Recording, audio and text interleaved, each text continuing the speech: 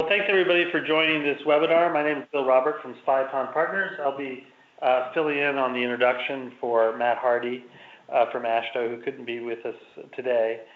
This is webinar 32 in the Transportation Asset Management webinar series. This webinar series has been sponsored by FHWA and AASHTO, and we've covered a variety of topics throughout the 32 webinars. The topic for today is life cycle planning and management, which is an important component of any asset management plan and of asset management generally. The webinars that we've had in the past, they've been conducted about every 2 months going back to 2012, and we have covered a range of different topics. If you do want to see information on the webinar series, I'd encourage you to go to the AASHTO TAM portal. And if you're entering the URL for that in your browser, you would enter TAM and then a dash portal.com. Within the portal, there's a link for TAM events, and there you can see what webinars are coming up and register for any of the webinars. Also on that site, we've got links with videos and slides from previous webinars, and we'll have the link for today's webinar on the site after we're finished. If you do have any suggestions on which topics you'd like to see in the future, we'd love to hear them. Also, if you have questions for presenters during the webinars, then you can use the webinar Q&A feature and just submit your comments anytime during the presentations, and we've reserved time at the end of today's webinar to try to cover as many of the questions or comments as we can. We definitely want to get them, so we look forward to any questions you have. A couple of additional notes on logistics. You'll find if you start talking and nobody answers, it's because the audience is muted by default, and only the presenter will be audible. And then I'll just remind folks as they're about to present to use the mute button on their phone to mute or unmute themselves. And with that, I'll turn things over to Steve Gay from Federal Highway Administration to say a few words. Thank you. Federal Highway Administration, in cooperation with AASHTO, is very pleased to sponsor this valuable webinar series.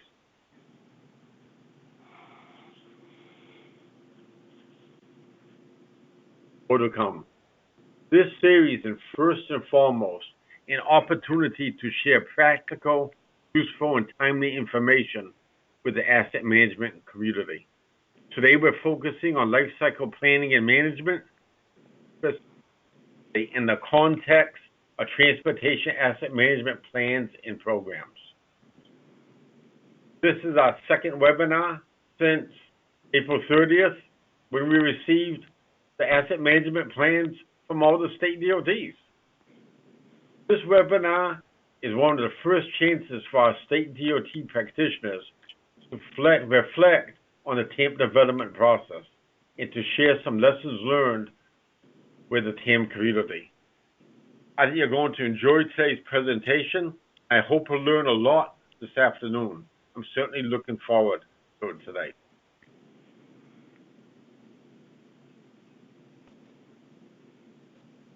Agenda, I'm just going to make a few remarks. I think it's really exciting with one of the key objectives I have is great. We have all these initial TAMPs. What do we need to do? What can we learn from one another? So those first complete TAMPs that are due June 30th, 2019, I use the term really good.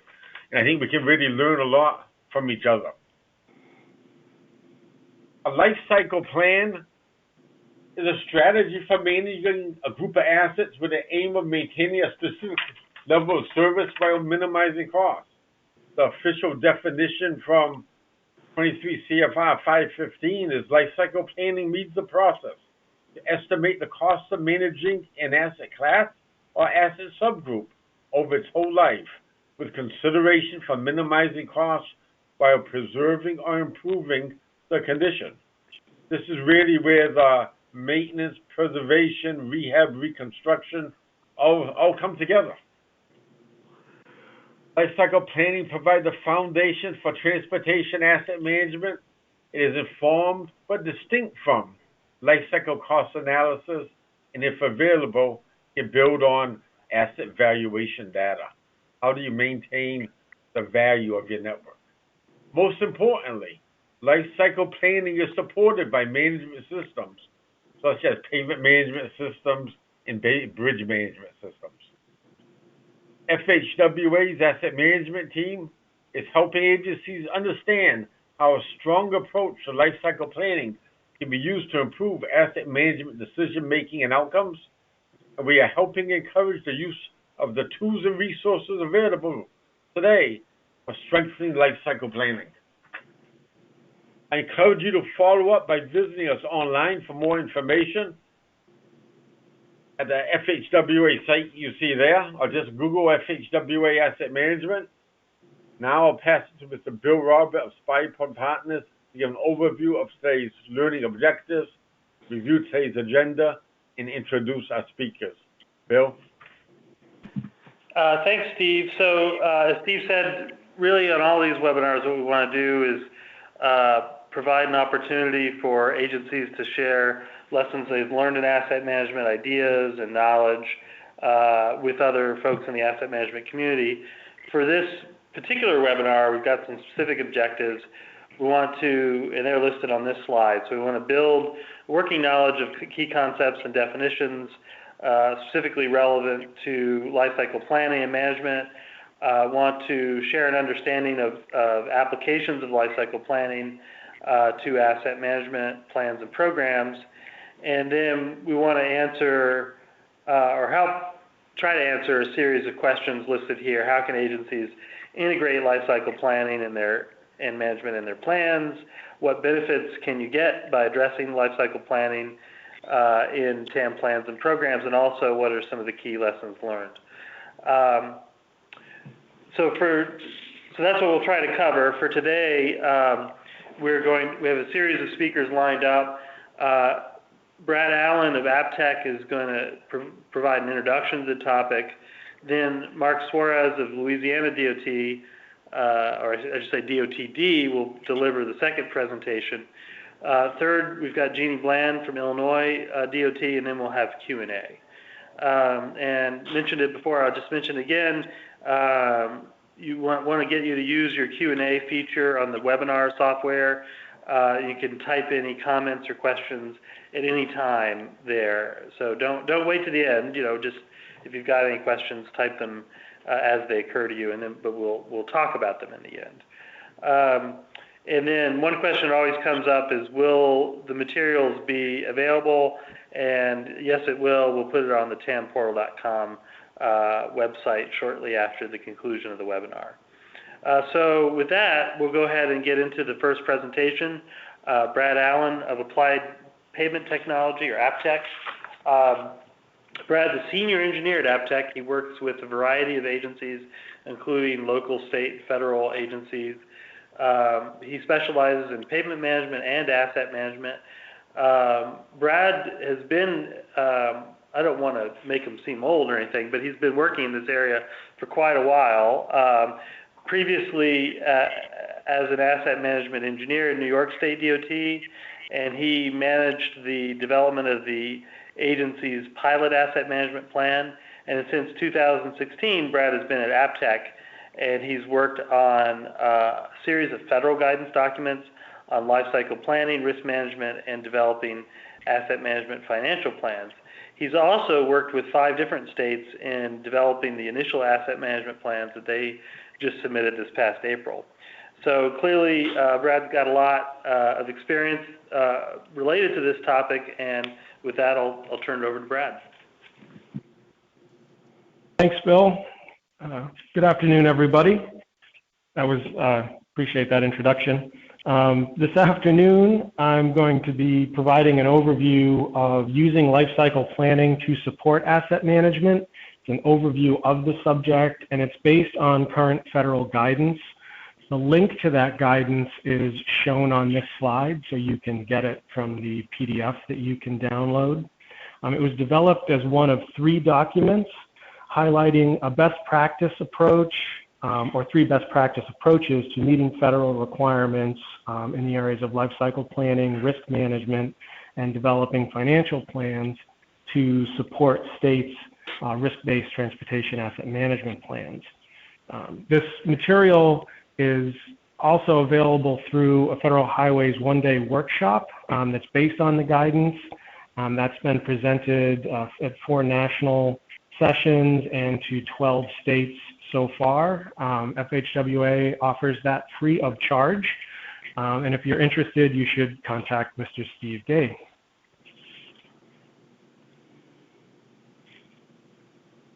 So I'll be covering 5 topics in today's presentation. We'll start with what is life cycle planning, some of the basics. Then we'll discuss the similarities and differences between life cycle planning and project life cycle cost analysis, how life cycle planning supports a TAMP and asset management, and then we'll get into the process of conducting a life cycle planning analysis, which ends with using those results for developing your TAMP or supporting your asset management program. So what is life cycle planning? The term life cycle planning is pretty new.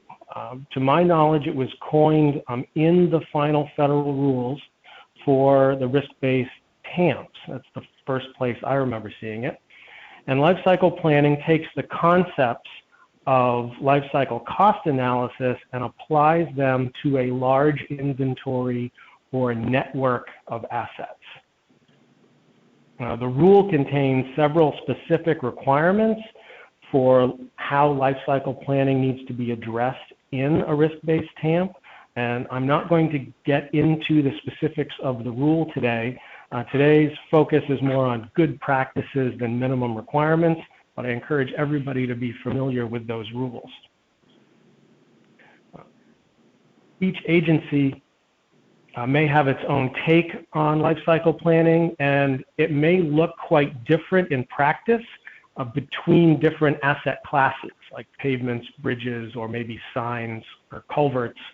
However, there are some common characteristics that define the life cycle planning process. For example, life cycle planning covers all stages of an asset service life, from construction to replacement or retirement, and should include all reasonable treatment options.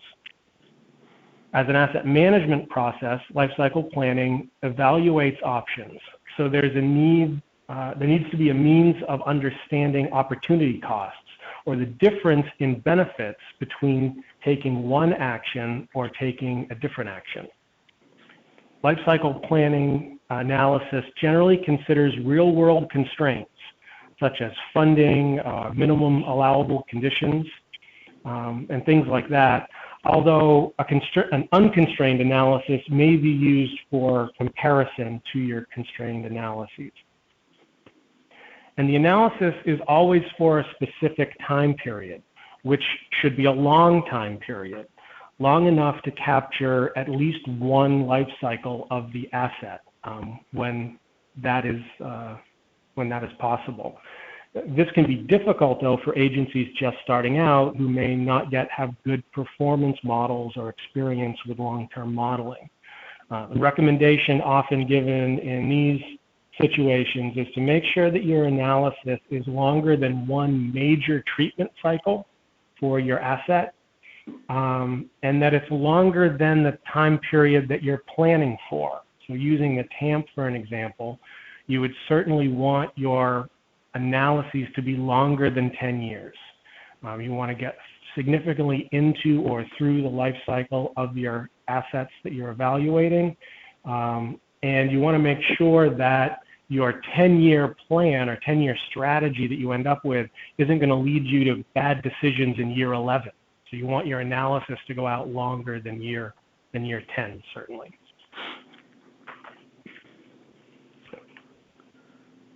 That's some of the basics.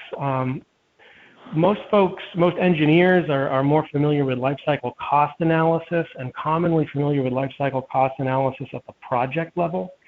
There are some important distinctions between life cycle planning that occurs at the network level and is part of a TAMP development versus a project level life cycle cost analysis conducted for design. Life cycle planning is performed at the network level where the needs of all the roads and bridges, other assets in the system or subset of that system are considered over the whole analysis period. And it's not practical to conduct the detailed type of analysis, life cycle cost analysis that's done at the project level for each of those assets and then try and roll it up to the network level. Instead, life cycle planning takes advantage of existing pavement and bridge management system capabilities or similar, maybe slightly more simplified capabilities that can be built for other assets. And then with that, it applies engineering economic analysis to evaluate and compare the cost effectiveness of asset strategies to preserve and improve asset conditions over the long term. Although the network level analysis may be less detailed, both applications use engineering economic analysis principles to identify alternatives that represent the lowest practical life cycle cost over the analysis period while achieving the desired objectives. And life cycle planning is a central component of asset management and of developing a TAM. Life cycle planning evaluates the whole life cost of different strategies to deliver the desired conditions. And then from this analysis, an agency can select a preferred life cycle strategy for each asset. Now, I'll get into what strategies are in this context in a second, but for now, just consider them long-term approaches to treating your assets. And the life cycle planning strategy selected for each asset provides input to the financial planning process for the TAM, providing decision makers with an understanding of the costs to achieve their objectives while minimizing life cycle costs. Also, the life cycle planning strategy may be modified during the financial planning process to account for practical considerations such as risks or funding limitations that couldn't necessarily be considered during the analysis. That makes an iterative loop where life cycle planning, risk management, and financial planning, and also performance management, including target setting, each inform the others, allowing the agency to understand the benefits and concerns with different approaches to their investments. If more time, for example, if more funding is spent mitigating risks, will long-term asset conditions decline? And if so, can that decline in conditions be addressed through a different life cycle strategy for that asset? And if you change a strategy for that asset, what other implications might there be? Those are the types of questions you would want to walk through. This iterative process leads to the agency's investment strategies for each asset class, which are presented in the financial plan. So to work through this life cycle planning process, the guidance presents this simplified view of the process. And the idea is that this can be adapted to fit the particular needs and resources of any agency. It starts with identifying which assets, either asset classes or networks that will be included in the process. Then you define your strategies, determine what your inputs are to your scenario analysis, select your scenarios and go through the analysis over the long analysis period, and then those results showing what can be achieved with different funding levels and different life cycle strategies feed into the financial planning process. As you can see from the diagram, this is not expected to be a straight line exercise. As you progress from one step to the next, you're likely to learn things that cause you to go back, adjust things a little bit, and start again. The process is intended to enable DOTs and transportation agencies to develop life cycle planning scenarios that are then considered in the financial planning process.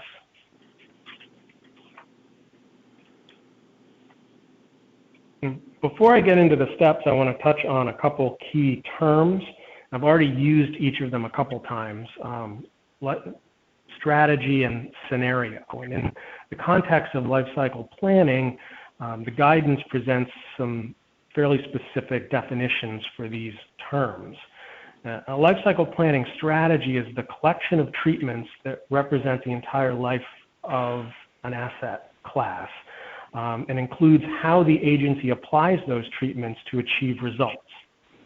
And so treatment definitions include things like cost, the performance impact, when the treatment is applied, and also the expected long-term performance or how that treatment deteriorates. And typically the treatment strategy is modeled in an asset management system, like a pavement management system or bridge management system, through a couple sets of rules. The first set of rules being the treatment selection rules, which may be something like a decision tree. And this is how the system determines the best action to take for each asset in each year of the analysis. And then the second set of rules are prioritization rules. And the system uses these rules to determine how funding should be applied to those appropriate actions.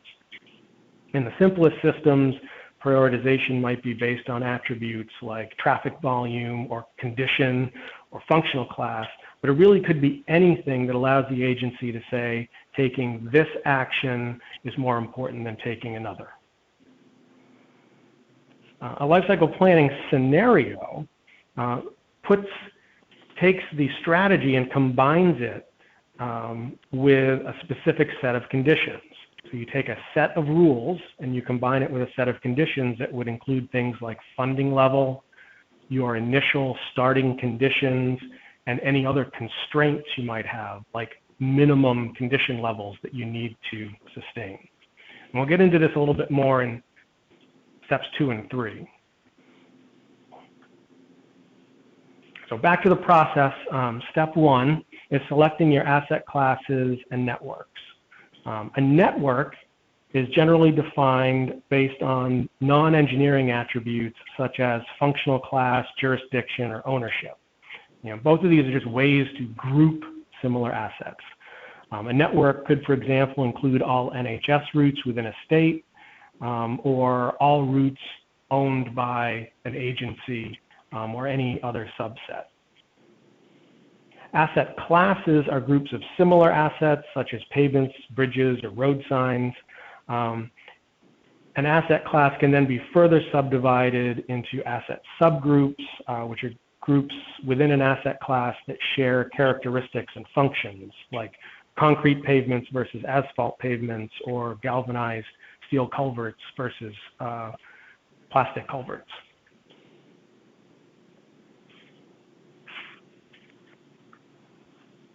So once you've determined which assets you're going to include in your analysis, then you need to define your strategies for those sets of assets.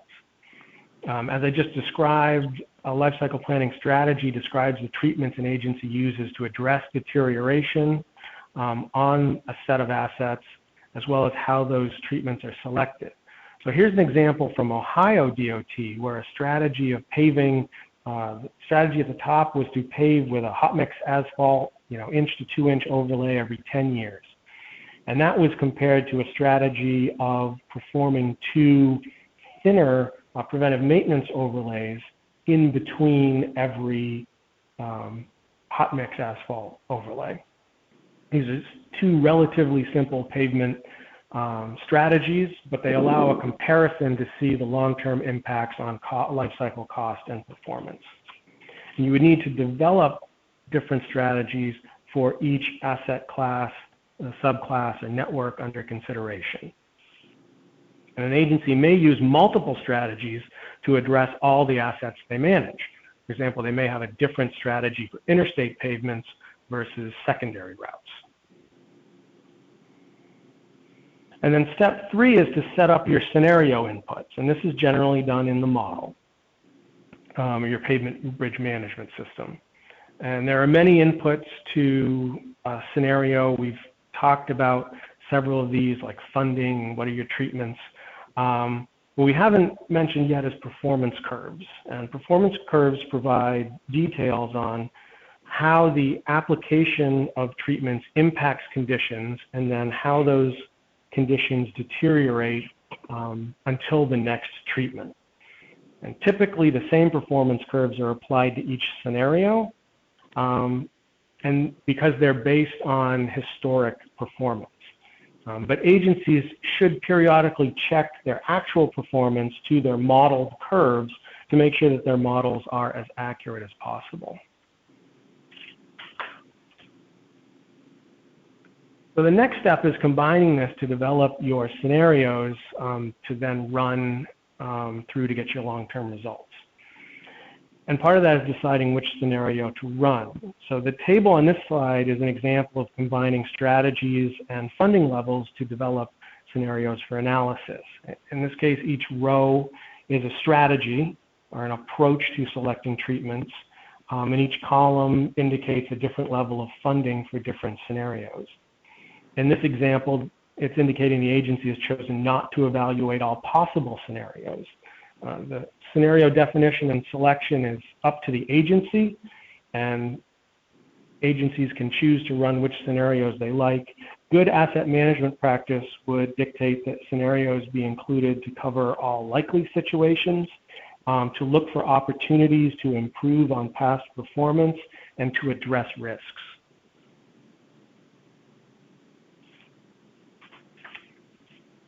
In addition to scenarios driven by funding level or other constraints, some strategies may be developed iteratively to show what it takes to achieve a specific goal or objective. These goal-based scenarios could be based on anything the agency would strive to achieve. Some of the examples listed here, what would it cost under different strategies to achieve a desired state of good repair? Or what would it cost per year under different strategies to just maintain the current conditions for an asset class or a network of assets?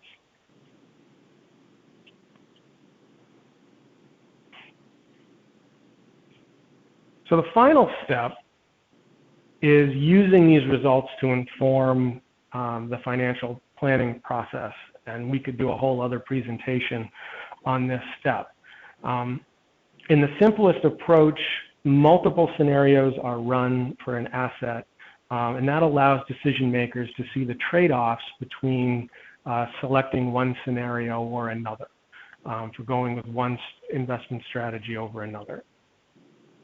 In reality, the agency is performing this process for multiple assets. So there's another dimension to this trade-off when you're trying to put your TAMP financial plan together. And of course, cross-asset trade-off is a hot topic. There's many approaches to that, and I'm not going to get into that today either. That's a whole other webinar.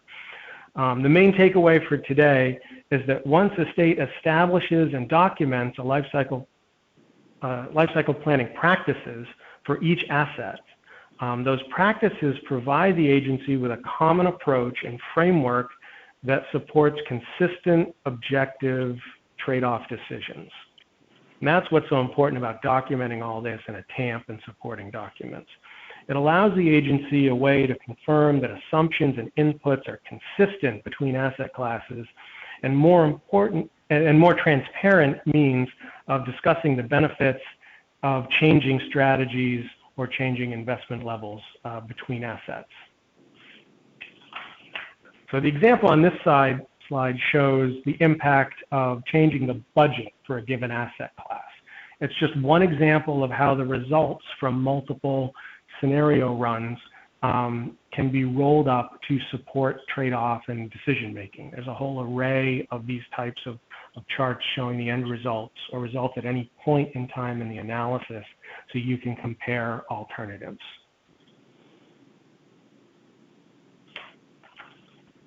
And it's that comparing of alternatives and building the investment strategies that brings us back to the TAMP. So the TAMP captures your life cycle planning process, the results of the life cycle planning analyses done to support the TAMP development, how those results were considered in developing the investment strategies. So how did you do that trade-off of which is the best strategy for each asset, and how do we establish funding levels for each asset? And then finally, the TAMP represents the resulting investment strategies, showing how the agency intends to invest in each asset, and the basis of that being the life cycle planning that was done leading up. So I think that is, in a nutshell, life cycle planning and how it is connected to the TAMP. And that concludes my presentation. I think we're taking questions at the end. Yes, that's right. We will take questions at the end. So thanks a whole lot, Brad. This is a great presentation for framing the area of life cycle planning. For the next presentation, what we're going to do is focus in on specific applications of life cycle planning at Louisiana DOTD. So Mark Suarez will be our presenter. Mark was at LA DOTD for 33 years before retiring in 2017. While at the agency, Mark worked in a variety of roles. He was a system administrator. He was a software developer back when software was written in Fortran, a database administrator, CAD manager, GIS manager, and the automation engineer. So over that time, Mark worked on a lot of different projects to implement new systems, new asset management systems and other information systems, and has a lot of great experience that's relevant to this topic. Right now, Mark is continuing to work on a part-time basis for Louisiana DOTD, and he helped the agency develop its asset management plan submitted in April.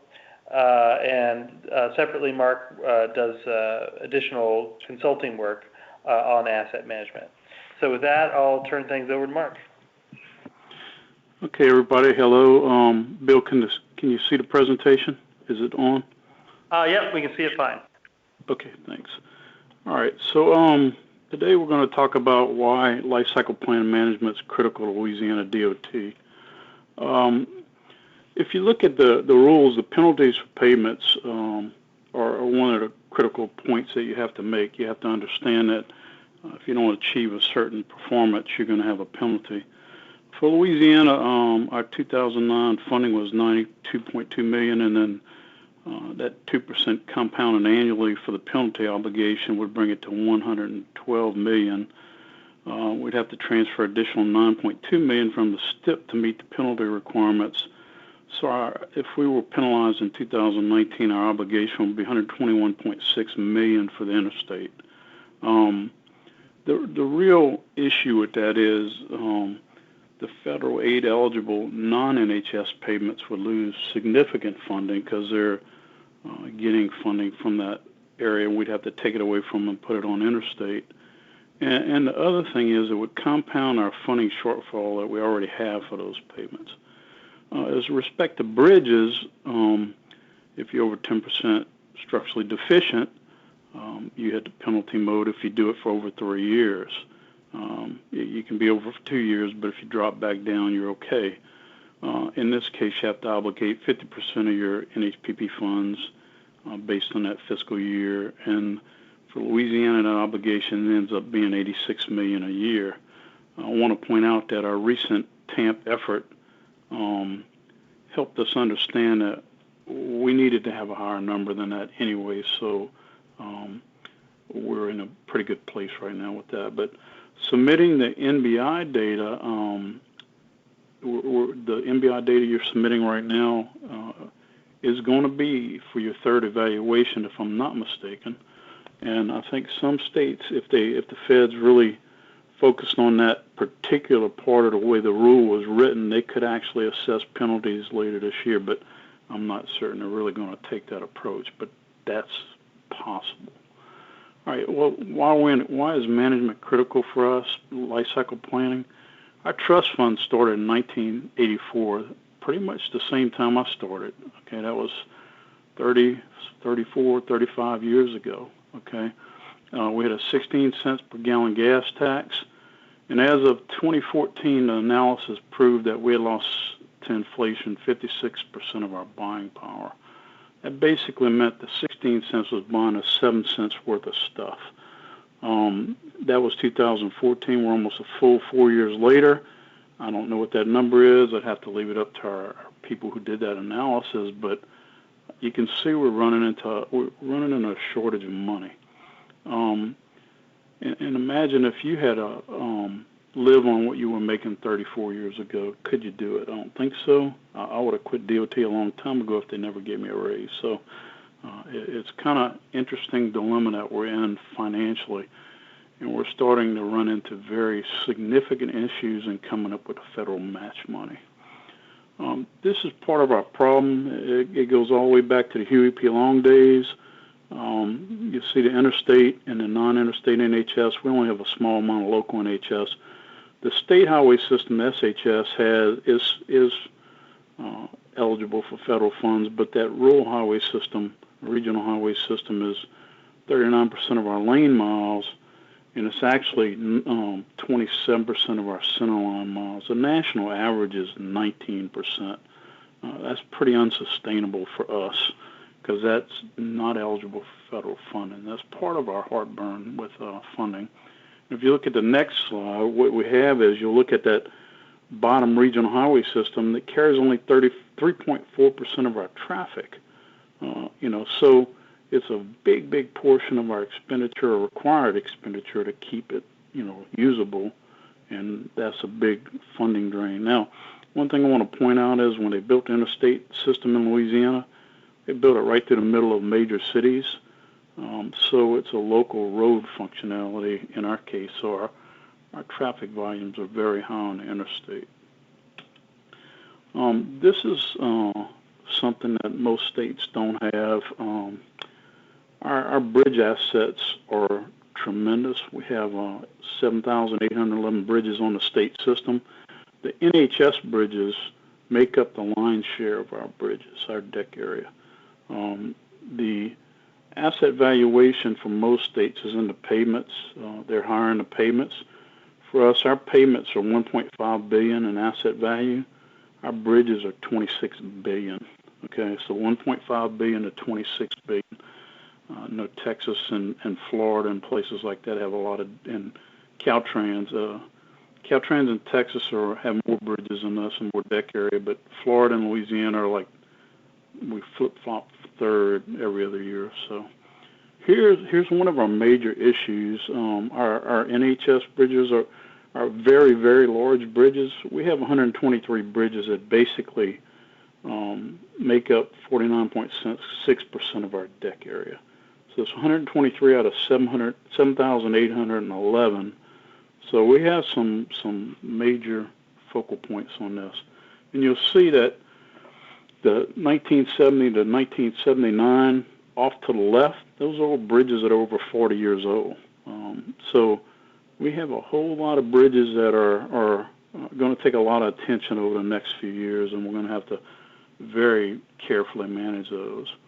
We did our analysis for the TAMP, and we realized that we were over in the end of the year, end of the 10-year cycle. So what we did was we ran analysis for 20 years just to see. We set the budget the way we'll explain in a minute, but we analyzed a bunch of different budget scenarios, and we ended up with a budget that was appropriate. Now, we have to watch very carefully, because that third year, that 9.9, we have to get it back under 10% or we hit penalty mode. But as I pointed out earlier, the penalty mode is actually less fun than we're actually applying to the bridges, so we should be in decent shape anyway on the NHS bridges. One thing I wanted to point out in the TAMP requirements, there are 7 focal areas, and life cycle planning is one of the major focal areas. And if we look at life cycle planning, as Brad mentioned, it extends project level life cycle cost analysis to a network level analysis. It's new. It's a new functional term, but it basically is the cost of managing an asset from the beginning to the end. And if you look at, there's a new term that they invented, or they spelled out in the documentation and the rules. minimal practical cost, and that's the lowest feasible cost to achieve of the objective. It's not the lowest possible cost, and that's a critical thing that everybody needs to be aware of. Sometimes the lowest cost doesn't achieve the objectives, and it doesn't get you where you need to be. So you have a little flexibility built into that. This is the 23 CFR definition, and as Steve pointed out earlier, basically what it's doing is adding the preserving or improving the condition part of the definition. So when you look at the all the other life cycle planning type definitions, the focus is on keeping your assets in a state of good repair. Now, the principles of life cycle planning, and Brad spoke about this, but I'll rehash a little bit of it. You have to have timely investments, and you got to do your sequence of treatments at the right time. The results will be improved overall condition, longer lifespan, and lower total cost. I mean, that's your goal, and that's what you want to do. And life cycle planning kind of gives you the ability to accomplish that. You're going to have to pick your optimum mix of treatments, and in our case, it's pavement management, bridge management systems that are the tools, the key point, opportunity to pull that off. The BMS and the PMS use predictive modeling, and they have to have the cost, the benefit, service life extensions for the different treatments and things like that. And it kind of rehashes some of what Brad had said, but it's pretty consistent what you have to do. And then the one thing that you have to understand is life cycle planning gets you away from that fix it after it fails kind of maintenance methodology to a more proactive preservation approach. And we look at worst first treatments. Louisiana was a worst first state. We fixed stuff that was in bad shape, and we did very little. Those were first, okay? What outcome means that you're going to get a limited number of assets improve while a larger number of assets decline. So it's a worst first is anti-life cycle planning. Preservation first strategy, okay, is about taking care of assets and then letting some of them go away. You know, you have to let some assets. You basically you're fixing the few at the expense of the many, and worse first, so you're fixing the many at the expense of a few in life cycle planning. So this is more of a preservation is more pro-life cycle planning. In our life cycle planning, when you look at the consequence of delayed maintenance of preservations, the NCHRP report 859 has clearly identified some of those consequences, and is degraded pavement conditions, advanced and costly treatments, and a reduction in level of service. There's some other literature that it quotes that explains some other issues in the reduction of level of service. So consequences of delayed maintenance or preservation are not good for your agency. I'll give you a couple of good examples in a minute. This is the famous Galehouse analysis. Larry Galehouse was the father of preservation, basically. And this is pretty much in everybody's TAMP in some kind of format or another. It shows that if you spend the money on preservation, you keep your asset in good condition. If you don't, you're going to spend a lot more money to get it back in good condition. Spy Pond did this for Caltrans. It's in a Caltrans TAMP.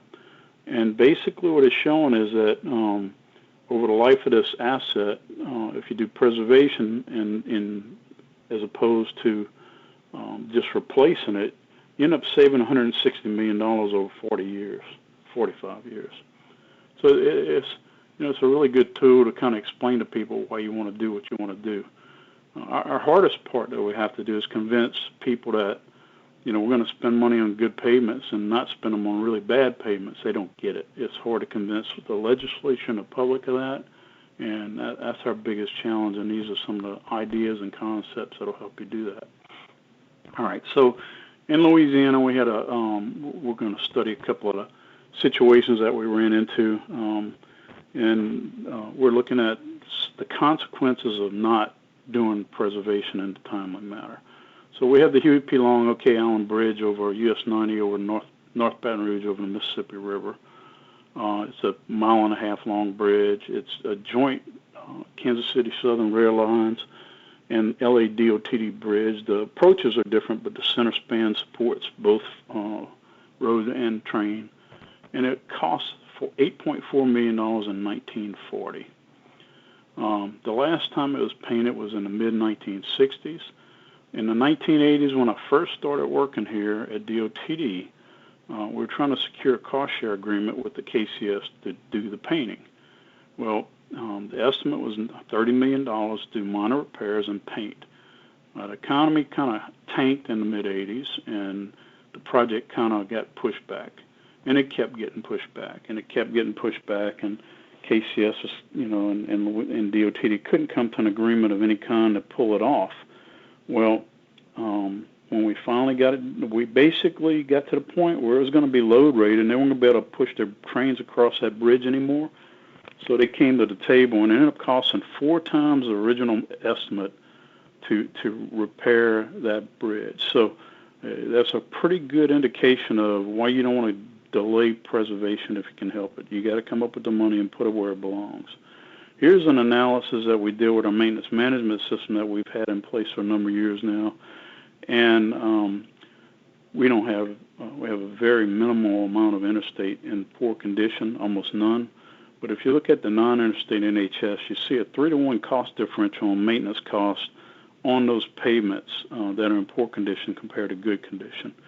So, I mean, the consequences of letting pavements get into worse condition means you got to spend a lot of money to keep them active and functional. So when we look at life cycle planning, management systems, the pavement bridge management systems are basically fundamental life cycle cost analysis and deterioration modeling tools. They're fundamentally what you're going to do all your crunching, all your hard work with this. You're going to analyze condition data, and it's going to help you enhance all of these different areas. What the pavement management systems, bridge management systems allow you to do, and Brad mentioned that, was you get to look at a bunch of different funding scenarios to determine what scenarios will achieve your targets and allow you to achieve your desired state of good repair. So they're really handy to kind of run through, okay, let's say you got 30 million, 20 million, 15 million, all the way up to 100 million or whatever you want to do. You run analysis to determine what would be the proper amount of money to spend. Then you got to run it against your actual budget. Sometimes you can't convince people that you need more money or that the budget is not legit, but you run it against the proper budget, the projected budget, to find out exactly what you're going to end up with. And the analysis period is never less than 10 years, but in this case it was 10 years for the pavements and 20 years for bridges for us. We end up with a 5-year list of prioritized projects and the recommended treatments. Now, when we look at the treatments, work types in the federal parlance, we have a number of different treatments. This is an example of some of the asphalt treatments, but you have interstate, arterial, and collectors in our management system, and they have different costs, and they have different types. So we're not going to do the same treatments on a collector that we're going to do on an interstate. So you got the segregation of the assets and things like that based on what you're going to do and what's going to happen to those assets. Now, the PM, Brad had mentioned something about life of treatments for, the life of the pavement and the treatments that go over the life of that pavement or that life of that asset. And what you're going to do is you're going to have treatments and strategies. And then the new term asset classes is one that the feds are speaking about now. We're using asset classes as defined as interstate or non-interstate, stuff like that. Then you have the asset subgroups, and we're breaking up the pavement types or things like that. And then for us on the pavement management, we do treatments on homogeneous sections. We don't, the federal analysis is based on tenth of a mile segments. We don't run our analysis like that. We run our analysis on homogeneous pavement sections because the treatment selected is going to be applied to that homogeneous section. It's not going to be a tenth of a mile here and a tenth of a mile there. You can't, the cost of mobilization and fees like that will never allow you to functionally do that. And then the goal of the PMS is to maximize the life cycle benefit decisions. So we want to we'll come out with the best benefit, the life cycle planning benefits that we can come out with in the payment management system. The payment analysis is based on payment current conditions. We convert our condition values to index values because RI and faulting and rutting and all these other things aren't the same measures, so we can't convert them to index values. So you can do an apple-to-apple comparison. We have different condition index trigger points for each asset class. As I mentioned, you might trigger at a higher level for interstate, whereas on a collector or a lower regional highway system, you might trigger at a way worse condition for a treatment. And then you also trigger treatments differently for the asset classes. Your treatments are different. So you get different trigger points and you get different treatments. So it's a combination of the two. And then just an example of our indexes for asphalt pavements, not composite, just asphalt. We have alligator cracking, which is wheel path cracking, fatigue cracking, and random cracking on the rest of the pavement, and patching, rutting, and roughness. And we trigger treatments based on different levels of index values for those different things. So, to be truthful, our composite pavements have different indexes, and we don't use alligator on composite. So there's a disconnect between our pavement management system and the way we do our things, and then the federal requirements. So we're just a little different. We have to figure out what to do about that. Bridge analysis is based on NBI bridge inspection data. We use 77 different treatment types, in some cases multiple treatments. For each condition state, for each unit treatment, we have a cost, and we have replacement costs, and then we have project selections for all bridges are made at headquarters. We don't let the districts make those calls. This is an example of some of the action points. Now, notice this a PONUS table. We're still using PONUS for the analysis. We're considering other options now for, we're looking at the BMS, the new bridge management system from AASHTO, but we're probably considering some other third-party applications as well. But you'll see, like, condition states are different, and then you have treatments that are different as you progress to condition state 5. You may have multiple treatments, and then there's costs associated with each treatment. We kind of got to the point of trying to decide, okay, what's going to happen, and what is the outcome? Somebody had made the statement they didn't know if their preservation projects were actually improving the conditions. So we did an analysis of all our projects. So based on the NBI deck structure and super number, just like the superstructure number, just like the feds are using, we came to these findings. Maintenance and general preservation efforts slowly decline. They do not improve the bridge condition. Serious preservation and minor rehab projects maintain the status quo, and significant rehab projects are the only thing that appear to improve the bridge NBI ratings based on these deck sub and super.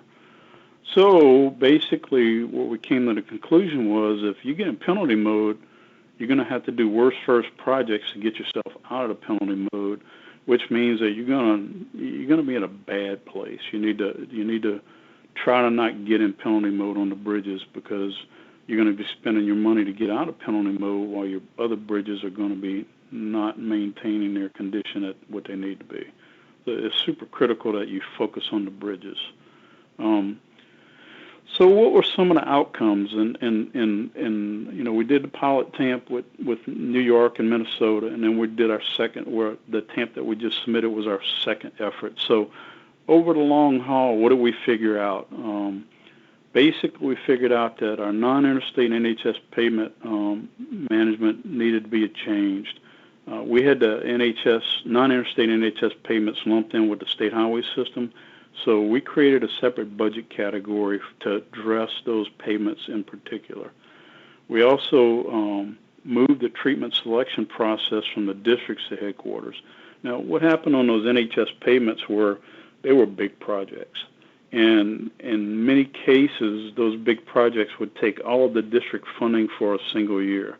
When it was political suicide, if they put all their money on one project in their district, they had to spread the money around. So the decision was made to move it to headquarters, and it now matches our interstate project selection process. All those projects and that budget is assessed and assigned and spent and project selected through headquarters. So that was the primary payment management outcome. We've been doing we had our payment management system in place since like the early 1990s. So we got tons and tons of data, tons of history. We've got a lot of good analysis. We've had the same payment management engineer forever. So we're pretty advanced and have our act together on that. So there wasn't a whole lot of changes we had to do there. In the bridge thing, we came to the conclusion that bridges had to be our first priority in our budget shortfall. No bridge equals no highway, basically. It's just a dead end. So management made the decision when push came to shove, we're going to fix the bridge and let the road go to gravel if we had to.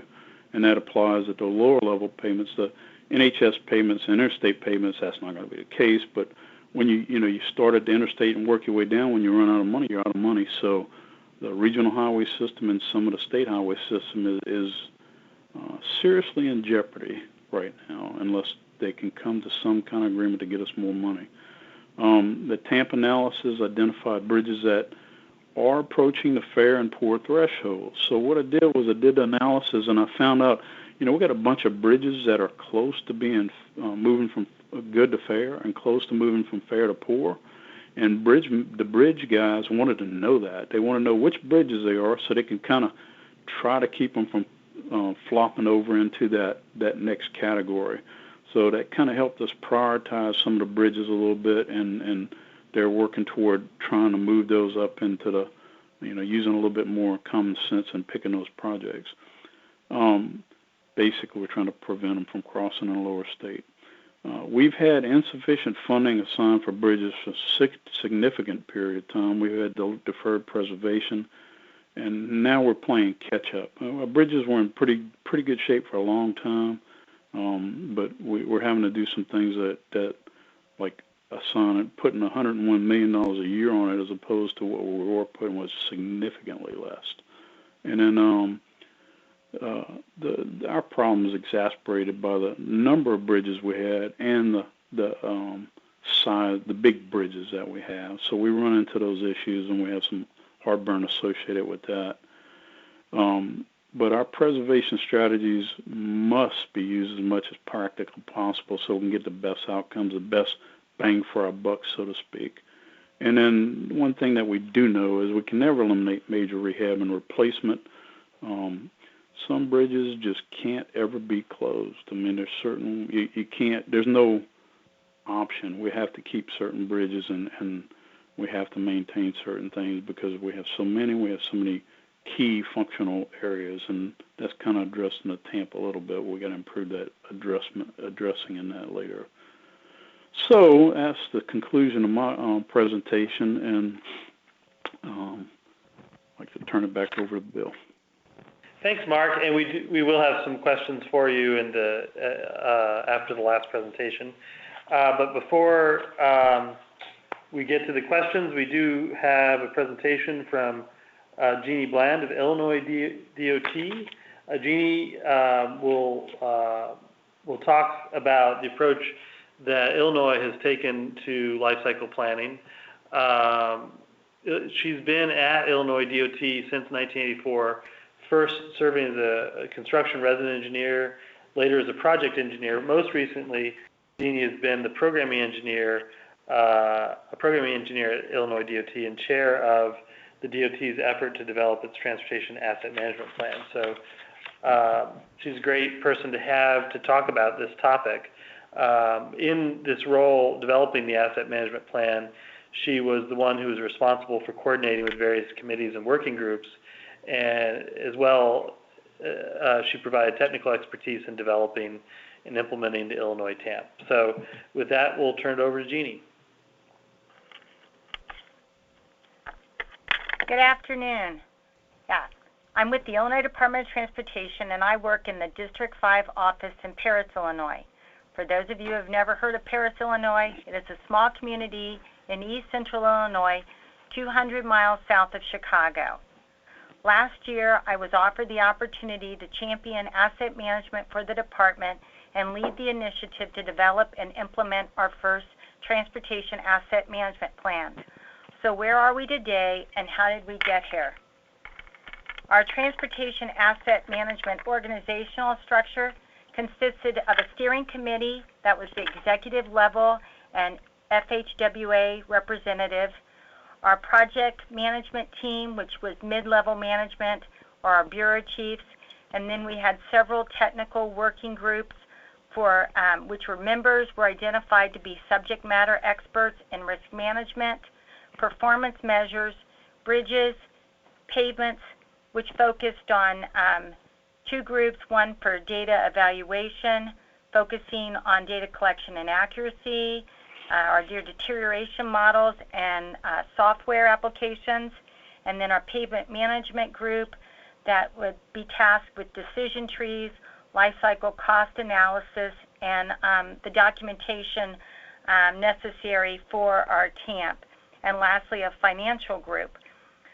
Staff from the Office of Planning and Programming, the Bureau of Bridges and Structures, Bureau of Design and Environment, Operations, Budget and Fiscal Management, Communications, Local Roads and Streets, Bureau's Materials, Bureau of Research, and 5 out of the 9 districts were represented. We were also assisted in this effort by our consultant, Applied Pavement Technology.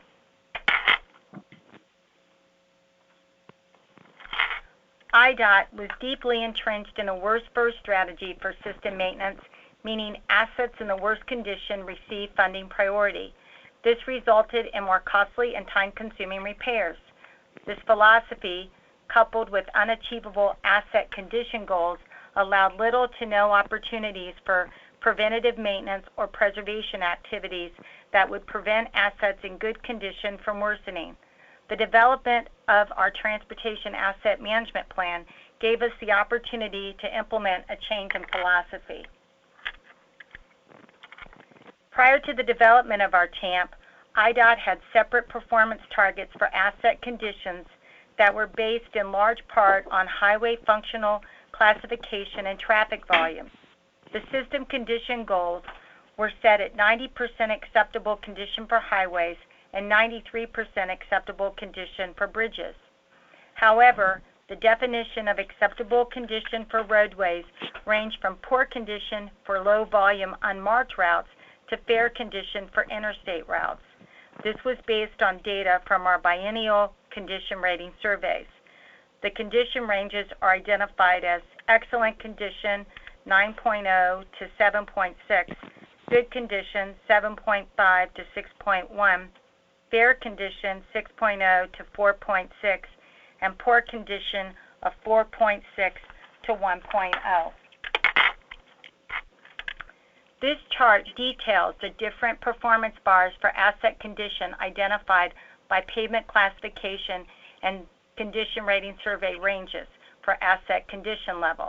Unacceptable condition, formerly known as backlog, for interstate routes, rural marked and unmarked routes with 4 average daily traffic ranges, urban routes, both marked and unmarked, with ADT and pavement width criteria, and finally, frontage roads and then half slabs.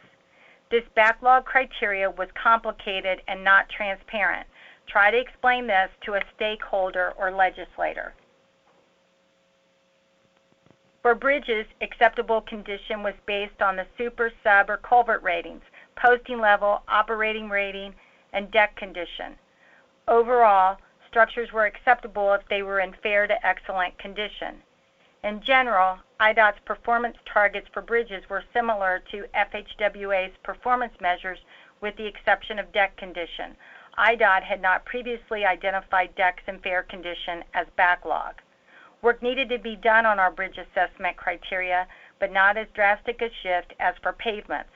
One point to note, IDOT chose to include posting level and operating rating as part of our TAMP regarding acceptable condition. In general, the Bureau of Bridges and Structures is tasked with the development of criteria and processes for bridge maintenance for our TAMP. Therefore, I will concentrate primarily on processes regarding pavement management. Programming priorities were identified in terms of backlog, that unacceptable condition, pavements and bridges currently in backlog condition, accruing backlog, those pavements and bridges that would fall into backlog during the 6-year multi-year program timeframe, and acceptable. No process was in place to identify maintenance or preservation activities. This resulted in less than expected service life for our highways and bridges. During the development of the TAMP, that was observed with the service life of our bridges. Although our current design life was 80 years, the average age at replacement was less than 65 years.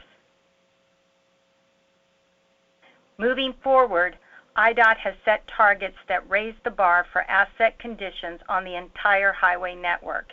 Illinois' Transportation Asset Management Plan, Raising the Bar, focuses on adopting life cycle planning activities to operate, maintain, and improve the state's vast network of highways and bridges. IDOT's new approach is to focus on achieving a desired state of acceptable condition.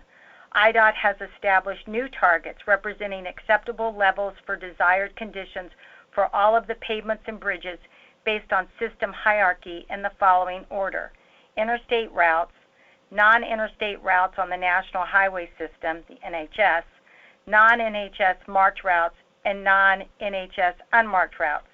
Moving forward, IDOT's emphasis will continue to focus on preserving the NHS, but regardless of the facility type, the desired state of acceptable condition was set as fair condition for better for both pavements and bridges. This new approach is both transparent and easy to understand.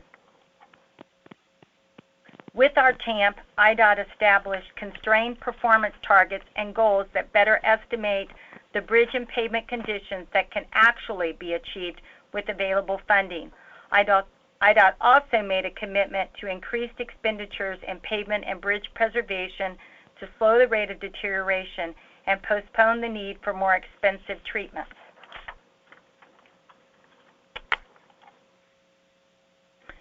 The TAMP Pavement and Bridge Working Groups determined acceptable condition to be the tipping point between preservation and rehabilitation. This resulted in a slightly higher acceptable condition for interstate pavements versus non-interstate pavements, but for all other routes, the acceptable condition is the same. Acceptable condition is a minimum of fair condition. The TAMP Pavement Working Group set performance goals at 90% of interstate and non-interstate NHS routes at or above acceptable condition, 75% of non-NHS marked routes at or above acceptable condition, and 50% of non-NHS unmarked routes at or above acceptable condition. So, IDOT went from 11 different performance targets for pavements to just 2. These are fiscally constrained, achievable performance goals based on investment strategies developed in the TAMP. As I mentioned earlier, IDOT had a previous goal of 90% quote-unquote acceptable. However, we were achieving less than 80%. So our bar was lower and we were still unable to reach it. The effect of our past worst first strategy.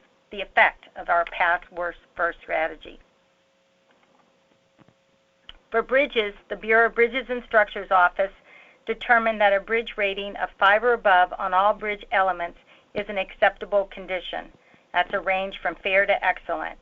The approved acceptable bridge goals are 93% of NHS bridges in acceptable condition and 90% of non-NHS bridges in acceptable condition. These goals closely aligned with IDOT's current process for bridge needs assessment, and only minor adjustments were necessary for bridge targets and goals.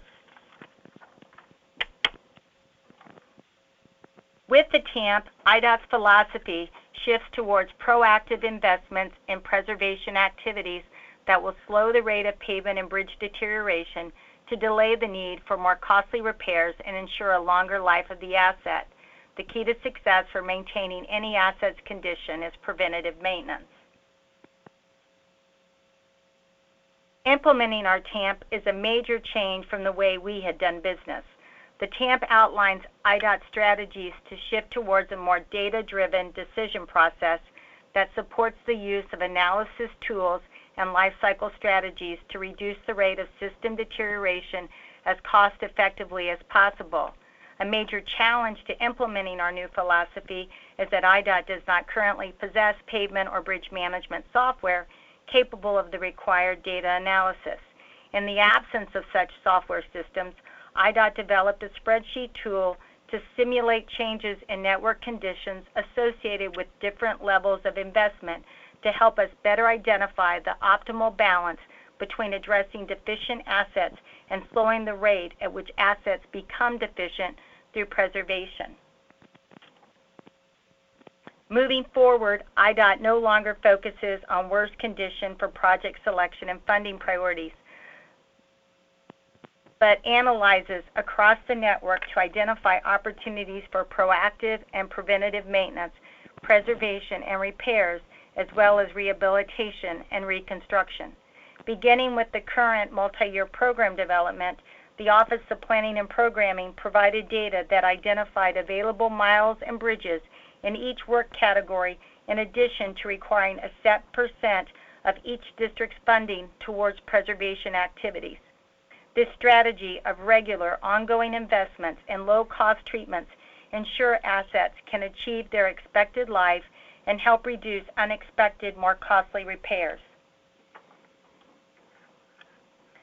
IDOT has identified schedules for maintenance, preservation, and rehabilitation throughout an asset's life to achieve and sustain the desired state of acceptable condition and develop selection criteria and treatment selection guidelines, anticipated service life and treatment costs for a range of strategies to manage the network and reduce risk and minimize performance gaps. These are our building blocks towards life cycle planning. So, what's in our toolbox? Our menu spreadsheet tool, treatment options based on asset condition, for pavement management, draft decision trees and guidance for pavement preservation, and for managing our bridges, draft guidelines for bridge preservation. What are we planning to add? Management system software to enhance our ability to analyze pavements and bridges. A TAMP working group is currently developing a request for purchase for this fall. And our goal, an overall emphasis on data-driven decisions utilizing biennial condition rating, pavement surveys, and bridge inspections to provide information on current asset conditions and deterioration models to predict future asset condition, to identify windows of opportunities for maintenance, preservation, repair, and rehabilitation. The key to managing assets over their life is knowing the condition and the rate at which the assets are deteriorating so the right treatments can be identified on a timely basis. Different treatments address different types of deterioration, so knowing the cause and severity of distress is important. IDOT uses biennial pavement survey and bridge inspection results as the basis for determining the extent of deterioration present and appropriate types of repair. IDOT has also established deterioration models for managing its pavements and bridges that enable the agency to predict the rate of change in asset conditions so that appropriate treatments can be anticipated and planned for. The different categories of work are applied throughout an asset's life cycle. By applying treatments that extend the useful life of an asset for as long as possible, IDOT will be able to preserve system conditions very cost-effectively. Agencies that defer needed maintenance often find that their pavements and bridges aren't lasting as long as expected, which results in higher funding needs than originally planned. as was our past experience. This is IDOT's timeline for the different work categories for pavement management, establishing those windows of opportunity for proactive maintenance. That's pavements that we classify in very good condition, preservation, pavements in good condition, minor and major rehabilitation when a pavement is in fair condition, and pavements in poor condition are candidates for reconstruction. I will discuss some of the treatment options later in the presentation. This is IDOT's timeline for the different work categories for bridge management, establishing the windows of opportunity for bridges in very good condition, proactive maintenance, which includes bearing replacements, concrete and steel repairs, deck patching, bridges in good condition, preservation, which includes bridge deck sealing, concrete substructure sealing, painting, expansion joint replacement, deck overlay, bridges in fair condition, rehabilitation, which includes deck and superstructure replacements, and major substructure repairs. Bridges in poor condition, reconstruction, or complete replacement. The next 3 slides are the category selection criteria, or bin assignment, used for our network screening. The first is for interstate pavement, and again, we're focusing on our condition rating survey data.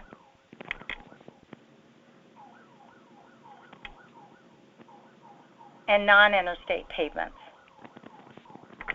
And we have anticipated service life and the condition rating again.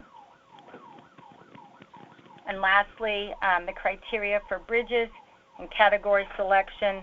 Criteria for bridges is based on the National Bridge Inspection data.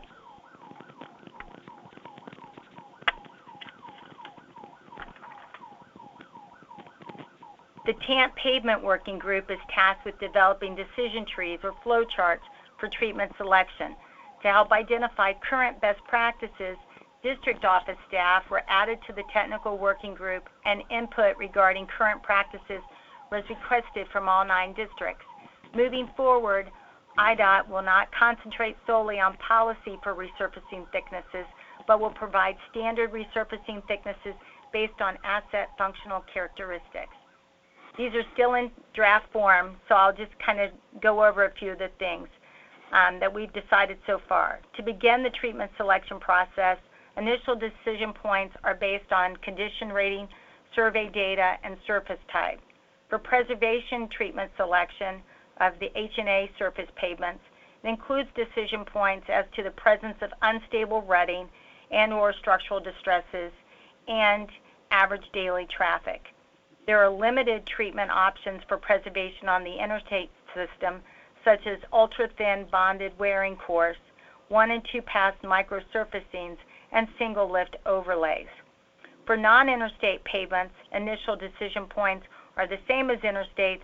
However, the Pavement Working Group anticipates a broader range of acceptable treatment options, including Cape Seals, bituminous surface treatments or seal coats, and Half Smart, which is a thin lift of HMA with the seal coat.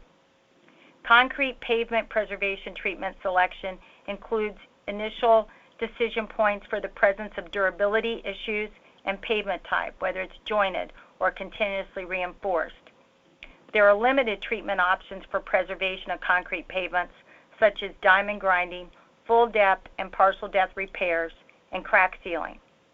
Minor rehabilitation treatment selection for HMA surface pavement includes the initial decision points for the presence of HMA stripping and introduces traffic factor, which is based on facility type, traffic data, primarily number of equivalent single axle loads, and a 15-year design service life.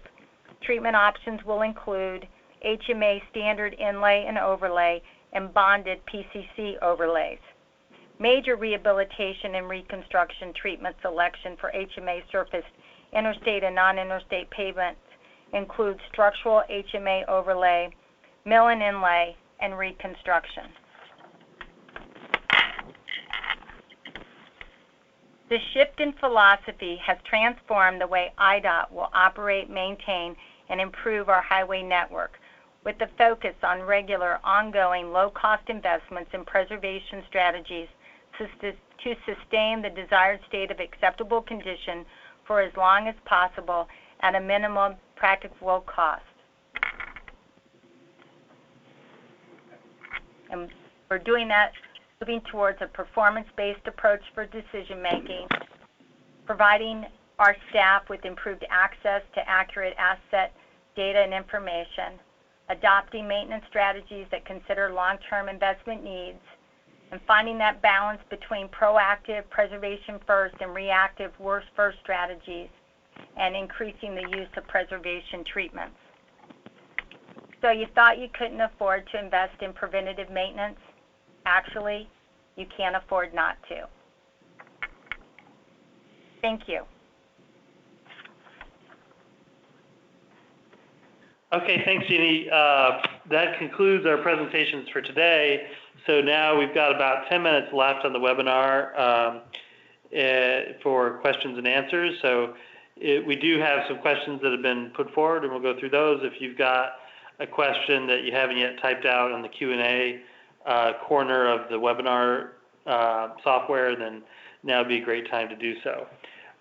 So one question we had, I think this is one for Brad, is just on the term life cycle planning. This term didn't appear in MAP 21. The term that was used in MAP 21 was life cycle cost. But now it is there in the guidance and in the rule. I was wondering, in your presentation, you talked a little bit about the difference between life cycle planning and life cycle cost analysis. Could you talk a little bit more about the term life cycle planning and where that comes from? Sure, I'll try. Yes, the person, the question is correct. In the legislation, it listed a life cycle cost considerations, I believe was the term. And I think similar language was in the draft rule. And then in the final rule, the term life cycle planning appeared. So in 23 CFR 515, the final version, is where the term life cycle planning began. And it is a different term than what is in the legislation. I mean, that can be looked up. So, but I think that the change in terminology, my understanding, and what has been explained to me by folks at FHWA, was to try and separate it from life cycle cost analysis that is so commonly known as part of project development through the NEPA process and looking at design alternatives. And it's very common. There's other types of life cycle cost analysis that have been done traditionally, but what they really wanted to get at was this network approach and the ability to use existing pavement and bridge management systems and their capabilities to do this analysis.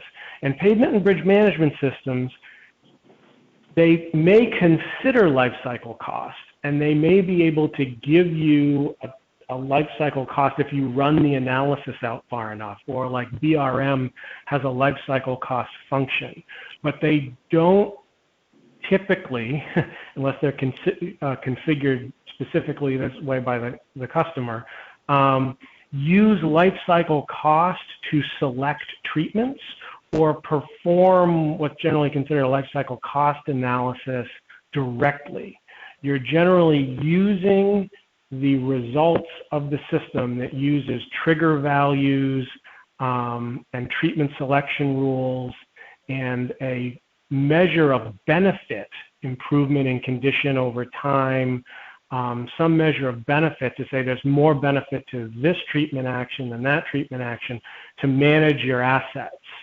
But you can use that with consideration to long-term costs to do a life cycle planning analysis that considers time value of money. So, you have to consider cost increases over time. You have to consider a discount rate.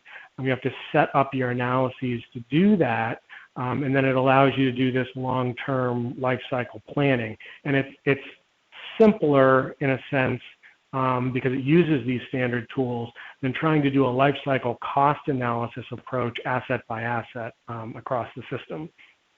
I hope that clarifies it a little bit.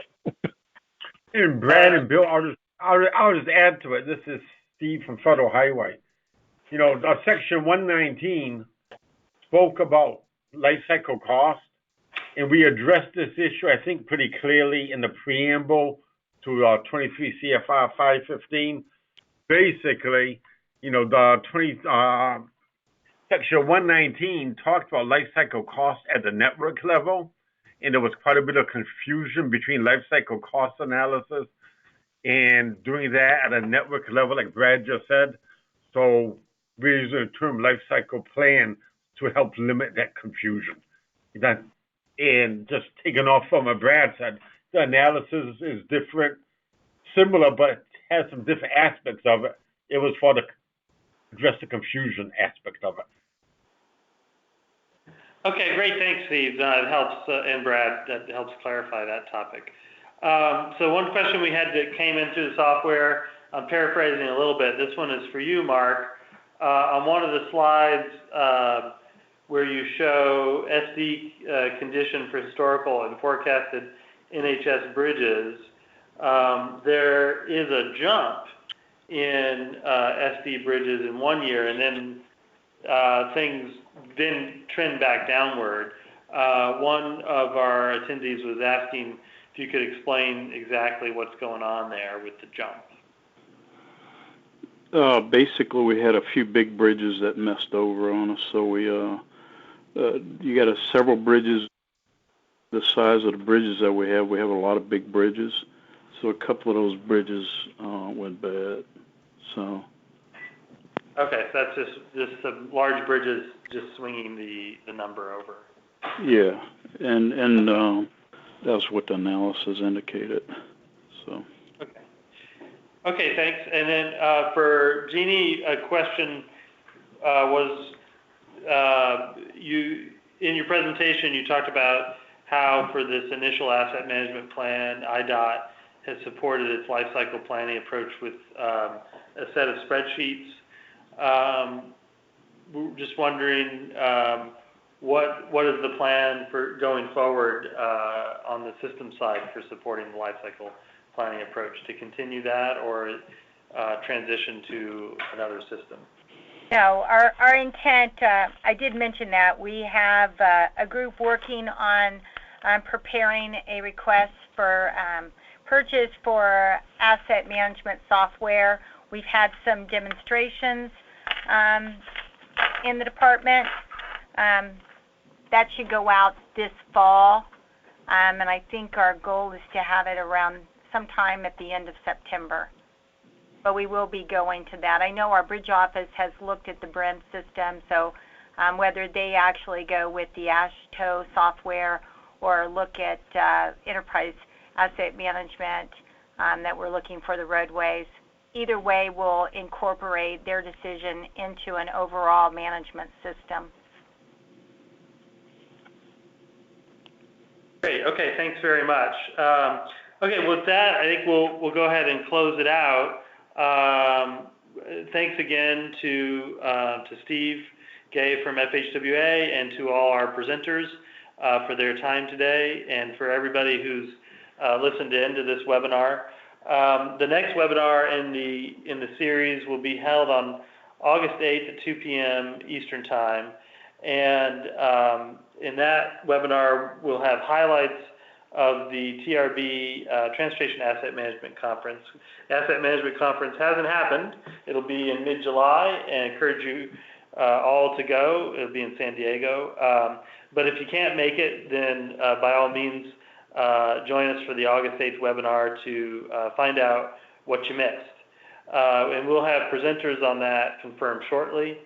And again, go to the TAM portal website for more information about upcoming webinars, and if you have ideas on topics you'd like to see related to asset management, certainly let us know. So thanks everybody once again, and have a great day. Bye-bye. Thank you, everybody.